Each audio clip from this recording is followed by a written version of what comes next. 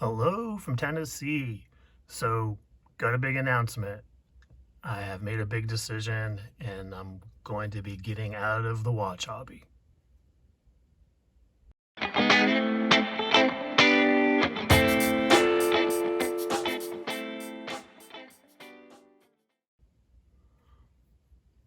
Okay, that was total clickbait. So, let me put some context on this. I have purchased a lot of watches this year so far. And the first one that came in this year was the Squale. I was hurt at the time, and so I couldn't size it up. So I've only been starting to wear it more over the last couple months. I also had the 1521. I also picked up a 1545, really cool dial. And I also picked up this year a Synchron,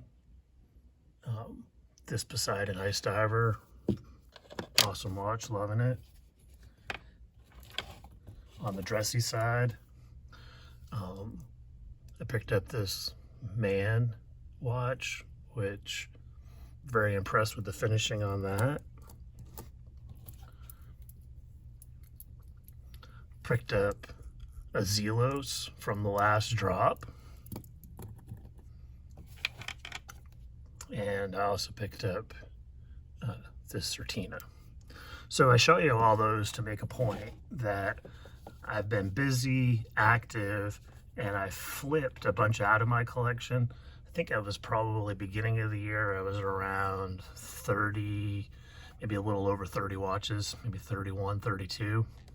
I am now down to 23 watches, which is the lowest in a while. And I'm starting to see the benefit of potentially a smaller, more deliberate collection. And so with that said, let me preface first by this. I have incredible access to watches, deals on watches, that it can be very time consumptive, and I can get into these patterns of just always looking for the next one and refining and flipping and refining and flipping. And to be honest, with summer coming, I just didn't want to have that stress on me. So I made a decision that one, I want to downsize my collection, and two, I'm going on a buying hiatus until the first day of fall, so to September 22nd.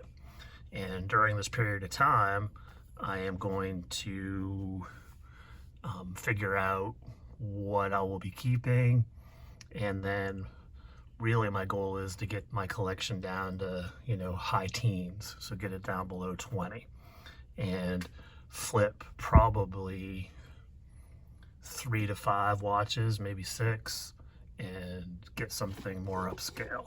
And I'll be talking about that more as the summer progresses.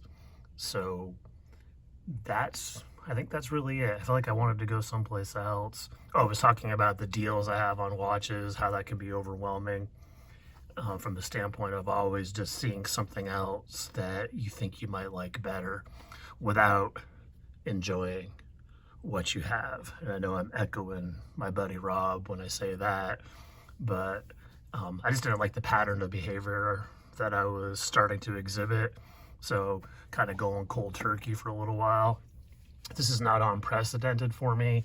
At the beginning of my watch journey and my purchasing, I took a long break, probably close to the better part of a year, and I saved, and that's when I got my two-door. At the time, that was the most I have ever spent on a watch. So I'm kind of, in a way, I kind of feel liberated.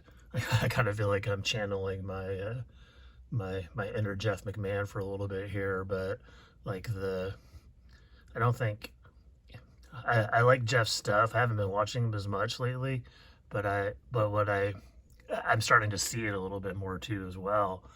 Um, there there is this definite obsession that you can get when you are just trying to refine, flip, rinse, repeat.